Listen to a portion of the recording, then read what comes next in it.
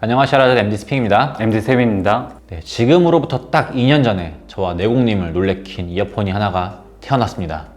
어떤 이어폰인가요? 바로 AAW의 New A3H Plus라는 모델인데요. 이 모델이 3세대 모델인데 1, 2세대 모델에서 갑자기 급격한 사운드 발전을 이뤄내면서 저와 내공님을 놀래켰던 경험이 있었습니다. 이게 3D 레진 쉘로 만들어지면서 가격 원가 절감도 이루어지면서 가격이 30만 원 언더였어요. 사운드가 워낙 고급지고 풍미가 확 짙어가지고 어떻게 이 가격에서 이런 사운드가 라는 이제 다 감탄을 내뱉으면서 이 제품을 극찬하고 런칭 할인 때도 엄청나게 인기를 끌었던 기억이 있습니다. 스핑이 말씀해주신 New A3H 플러스 이후에 이번에 새롭게 나온 4세대 모델이 A3H 플러스 럭스입니다. 네, 럭스가 출시되기 전에 일본에서는 한정판 느아르 버전이 출시되면서 많은 분들이 기대감을 가지시기도 했는데요. 이번에 디자인 외에도 여러 가지로 큰 변화를 겪으면서 럭스라는 제품으로 찾아왔습니다. 네, 제 앞에 있는 모델이 이제 3세대 모델, 그리고 오늘 소개할 주인공 4세대 모델 럭스입니다. 모델명이 척척 안 감기니까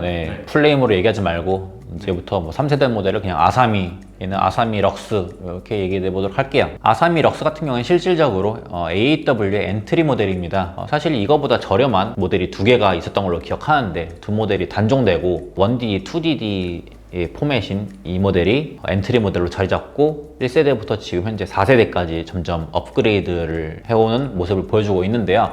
꾸준한 레벨업을 통해 가지고 엔트리의 격을 올리고 있는 그런 느낌을 받고 있습니다. 네, 제품을 자세히 살펴보면요, 이 1DD, 2BA 하이브리드 드라이버고요. 두 제품 모두 이 드라이버는 동일합니다. 네, 아사미는 3D 프린팅 레진 쉘로 만들어졌고요. 럭스는 알루미늄으로 만들어졌는데 여기서 교체형 플레이트를 적용한 점이 이 변화된 부분이고요. 골드와 실버 플레이트를 기본적으로 제공합니다. 그리고 아사미와 다르게 럭스는 이 플레이트 외에도 유닛당 2개의 스위치를 적용한 점이 다른데요. 스위치 조정으로 총 4단계의 사운드 시그니처 조정이 가능하고요. 특정 음역대를 강조할 뿐만 아니라 이 타이밍 변화까지 가능하다는 점이 특징입니다. 럭스로 넘어오면서 여러 가지 변화된 부분이 있는 대신 이 유닛이 살짝 커지고 조금 더 무거워졌다는 부분은 있습니다. 기본 케이블도 변화가 있는데요. 이전에는 너로디오의 에토스라는 은도금 동선이 기본 케이블로 적용이 됐고요. 이번 럭스 버전 같은 경우에는 너로디오에서 나온 엡실론이라는 동선이 기본 케이블로 적용이 됐습니다.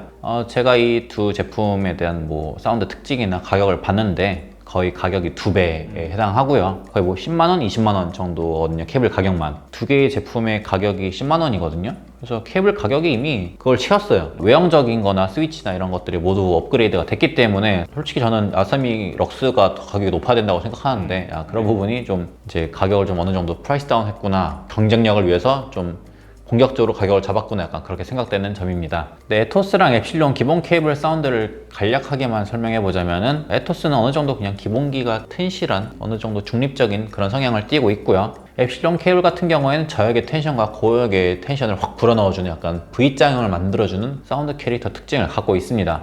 저는 은도금 동선이 오히려 밝은 느낌이 나올 줄 알았는데 엡실론 케이블을 들어보니까 오히려 동선인데도 고역이 좀 더 쨍하게 나온 효과가 있더라고요. 네, 그럼 이제 럭스 사운드를 설명해 볼 텐데요. 과연 전작에 비해서 어떤 사운드 개선점이 있는지 두 모델을 함께 비교해서 설명해 보도록 하겠습니다.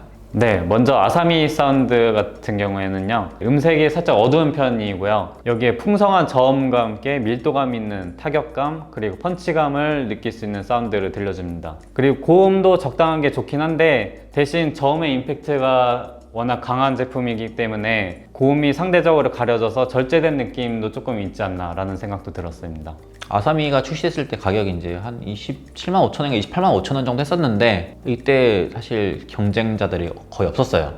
거의 약간 독주 체제에 가까웠는데 요즘으로 따지면 이 가격대에서 약간 피오 이어폰들이 있을 수도 있고 뭐 수어루 그런 제품들이 등장하면서 요즘 나오면 살짝 비교국에서 약간 밀릴 것 같은 느낌이 있는데 2년 전만 해도 이 제품만이 갖고 있는 고유의 특성이 되게 매력적이어가지고 크게 어필이 될 수 있는 그런 특징들이 있었거든요. 음색이 살짝 어두운 편이고 약간 감미로움도 있고 레진 쉘이다 보니까 약간 어쩔 수 없이 살짝 소리 끝이 약간 뭉근 느낌이 있는데 그 부분이 살짝 아쉬웠는데 이 부분이 이제 럭스에서 좀 개선이 됐습니다.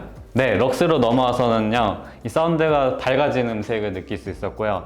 여기에 고음이 열린 부분도 있고 부드러움도 좀 더 갖췄다고 생각했습니다. 저는 스위치를 총 4개가 있는데 하나씩 바꿔서는 잘 못 느끼겠더라고요. 그래서 전부 오프 아니면은 전부 온 이 상태로 들어봤는데요.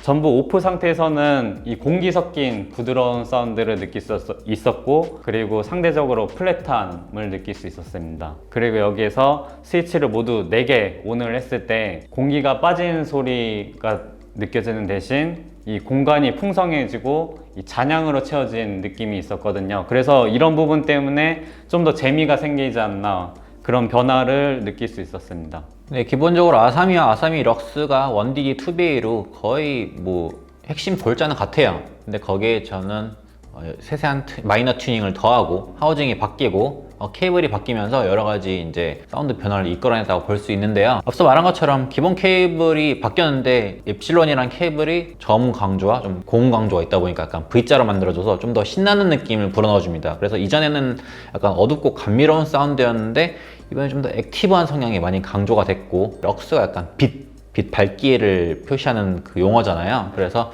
그 부분을 강조하듯이 고역대에 좀 음색적으로 밝은 느낌도 있습니다. 그래서 좀 더 개방감도 느껴지고요. 하우징이 레진에서 알루미늄으로 바뀌면서 음의 엣지, 뭐 굵직함 이런 것도 모두 업그레이드가 됐어요. 그래서 보편적으로 좀 더 신나게 듣기 좋은 사운드로 좀 변한 것 같아요. 타 경쟁사들의 이런 해당 비슷한 가격대 제품들과 비교했을 때 어깨를 나란히 할 만한 사운드의 격이 올라간 느낌이에요. 개성뿐만 아니라 격이 좀 올라간 느낌?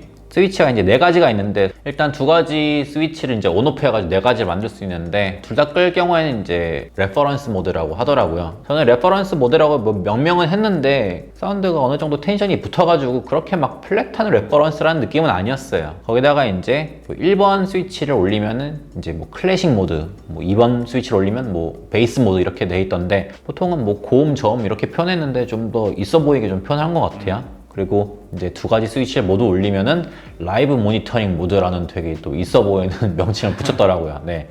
네, 그러면은 뭐 아사미와 아사미 럭스에 대해서 얘기를 모두 나눠봤는데요. 정리를 해보도록 하겠습니다. 네, 저는 A3H 모델을 이 아사미부터 접했었는데요. 입문용으로 훌륭한 이어폰이라고 이전에 생각했었습니다. 예전에 많은 분들이 저음 머신 입문용 이어폰은 뭐가 있나요? 라고 말씀해 주실 때, 질문을 하실 때 저는 항상 아사미를 꼽곤 했었거든요. 그런데 이번에 이 럭스로 넘어오면서 변화된 부분이 있어서 앞으로는 이 저음 머신으로서는 추천하기는 조금 어렵긴 합니다. 대신 이 럭스로 넘어오면서 럭스만의 매력을 또 갖게 됐거든요. 뭐 플레이트를 바꿀 수 있게 됐다거나 아니면 스위치로 사운드를 내 맘대로 변화시킬 수 있다거나 이런 부분들이 있어서 충분히 지금도 매력적인 이어폰이고, 저음 머신으로서 추천할 수는 없지만 입문용으로 좋은 이어폰이다 라고 추천할 수 있을 것 같습니다. 모델명 계속 쭉 이어오고 있잖아요. A3H라는 그 명칭을 쭉 이어오고 있는데, 소니 블루투스 헤드폰 예를 들어보면은 한 모델을 이렇게 계속 개선해서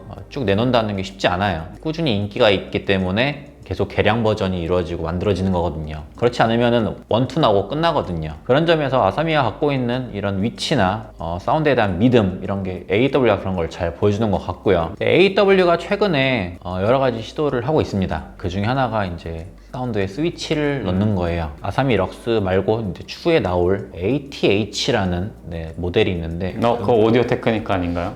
비슷한 이름을 갖고 있는데, 그 모델도 스위치를 온오프 할 수 있는 게 있거든요. 이런 소비자들에게 사운드 선택, 뭐 튜닝, 이런 사운드 경험을 늘려줄 수 있는 그런 다양한 시도를 좀 해보는 걸 럭스를 통해서 미리 이렇게 내비치고 있습니다. 네. 옛날에 AW에서 말한 것 중에 좀 감명 깊은 문구가 있었는데요. 우리는 제품의 가격으로 사운드 튜닝을 차별하지 않는다. 약간 그런 비슷한 얘기가 있었어요.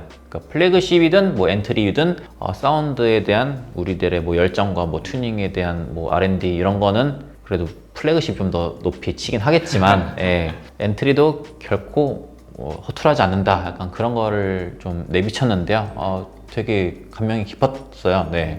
아무래도 드라이버가 사용된 뭐 개수 이런 게 여러 가지 차이가 있으니까 당연히 위로 가면서 좀 더 클래스가 올라가는 건 사실이지만, 아사미를 3세대부터 딱 들었을 때 얘네들이 하는 말이 정말 진심이구나 라는 걸 느낄 수가 있었는데, 이번에 그 진심에다가 성능적인 면까지 모두 더해가지고 좀 더 만족감을 더해줬습니다. 네.